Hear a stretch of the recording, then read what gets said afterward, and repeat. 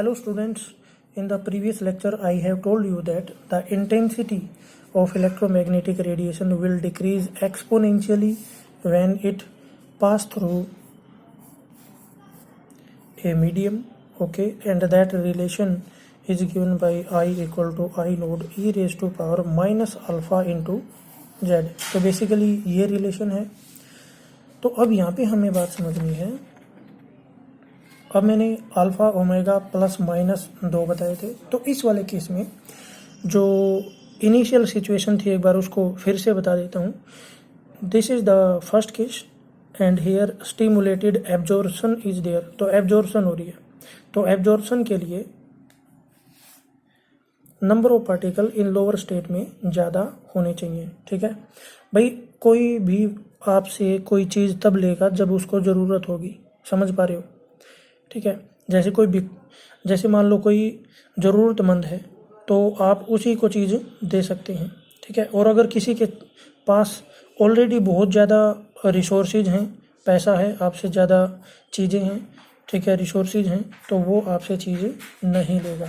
ठीक है, तो बेसिक जो एक फंडामेंटल कंडीशन है यहाँ पे एब्जॉर्प्शन के लिए, that is the number of particle in the lower energy state must be greater than the number of particle in the higher energy state. Okay, तो ये स्टिमुलेटेड एब्जॉर्प्शन है और मैंने बताया कि ये इंटेंसिटी, इनकमिंग इंटेंसिटी और number of atoms in the lower state पे डिपेंड करता है।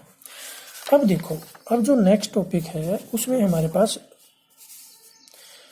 एक मटेरियल है और इस मटेरियल पे एक इंटेंसिटी फॉल होती है। मान लेता हूँ this is I node. Okay, तो यहाँ पे देखिए, यहाँ पे नंबर ऑफ फोटॉन्स हैं वो कम है, इंटेंसिटी क्राउडनेस वो कम है और यहाँ पे कुछ ज़्यादा ही दिखा रखी है। तो इसका मतलब क्या हुआ, ये इंटेंसिटी, ये इलेक्ट्रोमैग्नेटिक रेडिएशन इस मीडियम में से पास होने के बाद बढ़ जाती है, इनकी इंटेंसिटी बढ़ जाती है। देखिए, क्राउडनेस ऑफ फोटोन है वो बढ़ गई है। तो इसका मतलब ये हुआ कि इस मीडियम ने एब्जॉर्ब नहीं किया, इसने क्या किया है, इसने आपको मतलब कि जो एनर्जी है, इंटेंसिटी है, ये आपको दे रहा है। समझ रहे हो? तो ये एब्जॉर्प्शन नहीं है, दिस इज एमिशन। तो स्टिमुलेटेड, मैंने बताया था, स्टिमुलेटेड जो है वो एक इंड्यूस्ड प्रोसेस होती है और इसमें इंडक्शन एक्सटर्नल इलेक्ट्रोमैग्नेटिक वेव की वजह से होता है। तो ये इलेक्ट्रोमैग्नेटिक वेव रेडिएशंस हैं, these are coming to this material. और इस मटेरियल में क्या है, देखिए, अब मैंने आपको बताया हुआ है पंपिंग सोर्स। तो पंपिंग सोर्स का काम क्या होता है, ये पॉपुलेशन इन्वर्जन क्रिएट करता है। पॉपुलेशन इन्वर्जन क्या होता है ये देख लेते हैं। अब मान लो ये मेरा लोअर एनर्जी स्टेट है और ये मेरा हायर एनर्जी स्टेट है E2 और ये है E1। तो जनरली लोअर एनर्जी स्टेट में नंबर ऑफ पार्टिकल्स हैं या एटम्स हैं वो ज़्यादा होते हैं। अगर इनको हायर एनर्जी स्टेट में जाना है तो एक एक्सटर्नल सोर्स की ज़रूरत होती है जिसको पंपिंग सोर्स बोलते हैं। ठीक है, तो जनरल कंडीशन क्या है, number of particle lower state में ज़्यादा होते हैं। अगर मुझे इस कंडीशन को रिवर्स करना है, यानी कि ऊपर ज़्यादा हाई एनर्जी लेवल में नंबर ऑफ पार्टिकल है वो ज़्यादा हो जाएं as compared to lower energy state, तो मुझे एक्सटर्नल डिवाइस की हेल्प लेनी पड़ेगी, दैट इज पंपिंग सोर्स। तो ये पंपिंग सोर्स यहाँ पर पड़े हुए एटम्स को एनर्जी प्रोवाइड करेगा। ये एनर्जी गेन करके एटम्स एक्साइटेड स्टेट में चले जाएंगे। तो एक कंडीशन आ जाएगी जब एक्साइटेड स्टेट में number of particle lower energy state से ज़्यादा हो जाएंगे, यानी कि ये कंडीशन रिवर्स हो जाएगी, उसको बोलते हैं पॉपुलेशन इन्वर्जन। तो देखिए, टोटल नंबर ऑफ पार्टिकल हैं N1 plus N2, that remains fix. तो ये एक कांस्टेंट है क्लास। देखिए, तो अब यहाँ पे पॉपुलेशन इन्वर्जन क्रिएट हो गया है। तो पॉपुलेशन इन्वर्जन क्रिएट हो गया है पंपिंग सोर्स की हेल्प से। तो number of particle in higher energy state that is greater than the number of atoms in the lower energy state. ये देखिए कुछ इस टाइप से है। एक्साइटेड स्टेट में जब भी एटम प्रेजेंट होगा और इलेक्ट्रोमैग्नेटिक वेव, ठीक है, ये फोटोन मान लेते हैं, इसकी एनर्जी है h²। तो जब ये इस एटम, एक्साइटेड एटम के साथ इंटरेक्शन करेगा तो इसकी जो नेचुरल टेंडेंसी है एक्स्ट्रा एनर्जी को रिलीज करने की, वो थोड़ा सा और ज़्यादा बढ़ जाएगी। ठीक है, तो अब क्या होगा, ये लोअर एनर्जी स्टेट में आ जाएगा और एक फोटोन और रिलीज करेगा। ठीक है, तो अब यहाँ पर देखिए एक फोटोन आया था और आपको कितने मिले, 2। तो ये एक बेसिक तरीका है इस चीज़ को समझने का।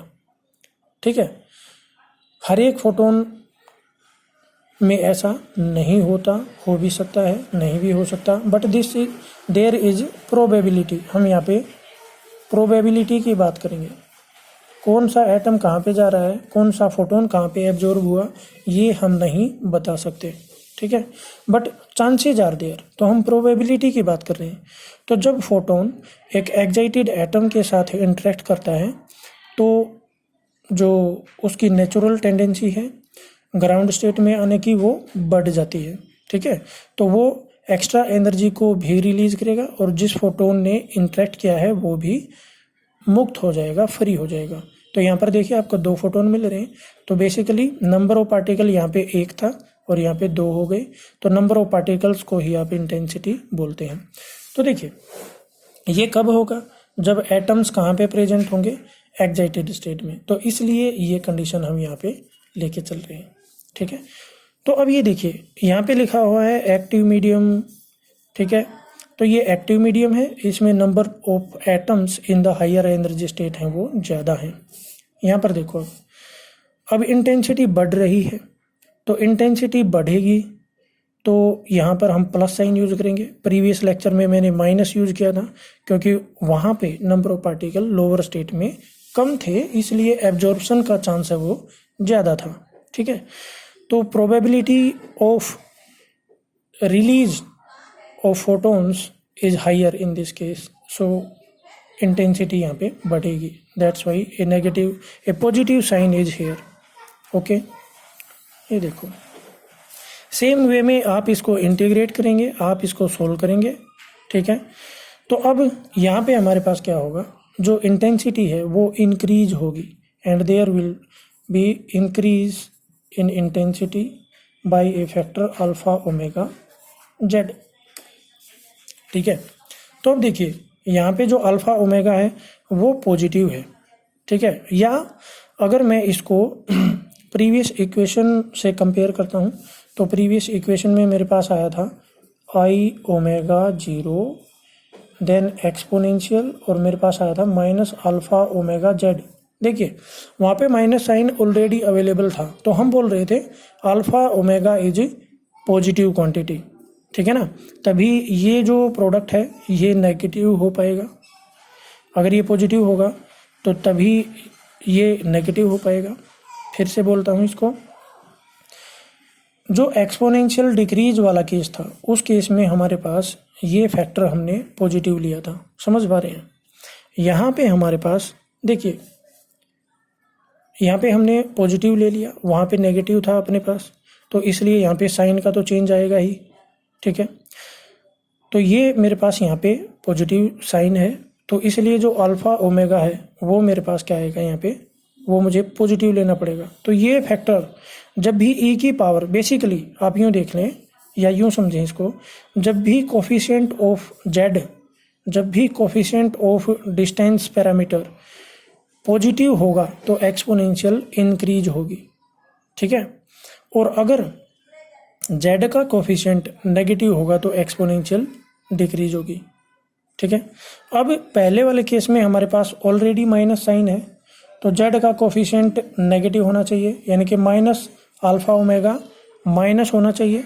ठीक है, तो ये माइनस तभी हो सकता है जब अल्फा ओमेगा पॉजिटिव हो, है ना।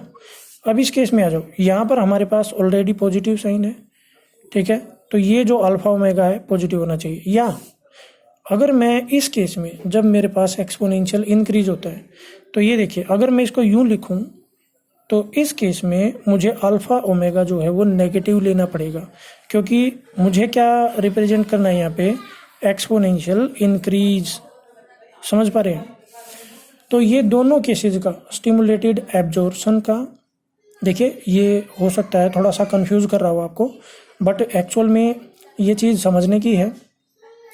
जो मेरे पास प्रीवियस केस में, प्रीवियस लेक्चर में रिलेशन आया था, that was something like this. ठीक है, तो मैं कह रहा हूँ कि जेड का कोफिशिएंट जो है वो नेगेटिव होगा तो एक्सपोनेंशियल डिक्रीज होगा। तो अगर ये नेगेटिव चाहिए हमें तो अल्फ़ा की वैल्यू आप पॉजिटिव पुट करेंगे तभी तो ये नेगेटिव आएगा। अगर अल्फ़ा ओमेगा आपने नेगेटिव पुट कर दिया तो जेड का कोफिशिएंट पॉजिटिव हो जाएगा। समझ पा रहे हैं? तो अब एब्जॉर्प्शन हो रही है तो इसका मतलब डेफिनेटली इंटेंसिटी डिक्रीज हुई है। तो इंटेंसिटी डिक्रीज के लिए जेड का कोफिशिएंट क्या होना चाहिए? नेगेटिव। तो इसलिए अल्फ़ा ओमेगा क्या लेना पड़ेगा? पॉजिटिव। तो इंटेंसिटी डिक्रीज एक्सपोनेंशियली। अब एमिशन हो रहा है, तो एमिशन हो रहा है तो एब्जॉर्प्शन का अपोजिट है, यानी कि इंटेंसिटी जो है वो क्या हो रही है? बढ़ रही है। इंटेंसिटी बढ़ेगी तो एक्सपोनेंशियल इंक्रीज होना चाहिए। एक्सपोनेंशियल इंक्रीज होना चाहिए तो जेड का कोफिशिएंट जो है वो क्या होना चाहिए? पॉजिटिव होना चाहिए। समझ पा रहे हैं? अच्छा, ये मैंने गलती से यहाँ पर अगर मैं इसी से एक ही इक्वेशन से एब्जॉर्प्शन और एमिशन दोनों को रिप्रेजेंट करूं तो यहाँ पे मुझे क्या लगाना पड़ेगा? माइनस। ये माइनस है, यहाँ पे ये माइनस है। तो अल्फ़ा ओमेगा, अब देखिए, अब एक्सपोनेंशियल इंक्रीज कब होगा? जब जेड का कोफिशिएंट क्या होगा? पॉजिटिव। तो ये वैल्यू पॉजिटिव बनाने के लिए मुझे क्या लेना पड़ेगा? अल्फ़ा ओमेगा क्या लेना पड़ेगा? नेगेटिव लेना पड़ेगा, तभी एक्सपोनेंशियल इंक्रीज होगा। ठीक है, या फिर सिंपली आप ये देखो, यहाँ पे ये एक जनरल केस है। ठीक है, तो जनरल केस में यहाँ पे मैंने अल्फ़ा ओमेगा का मोड ले लिया है। ठीक है, तो अगर आप इसको दोनों तरीके से यूज कर सकते हैं इक्वेशन को। अगर अल्फ़ा ओमेगा, अगर इसके आगे माइनस लगाएंगे और आपको एक्सपोनेंशियल इंक्रीज रिप्रेजेंट करना है, मान लो यहाँ पे माइनस है इसके आगे, तो मुझे अल्फ़ा ओमेगा क्या लेना पड़ेगा? माइनस, क्योंकि माइनस माइनस प्लस हो जाएंगे। और अगर यहाँ पे एक्सपोनेंशियल डिक्रीज है तो मेरा अल्फ़ा ओमेगा क्या होना चाहिए? प्लस होना चाहिए इस इक्वेशन में। ठीक है, कब? जब इसके आगे माइनस साइन हो। ठीक है, thank you class, this is the end of the lecture. I hope ये पॉइंट आपको क्लियर हुआ होगा। प्लस माइनस मैंने कुछ ज़्यादा ही कर दिया है, तो प्लीज़ इसको एक बार देख लें, पूरा 1-2 बार देख लें दोनों लेक्चर को, टॉपिक समझ में आ जाएगा। फिर अपने दिमाग से सोचें।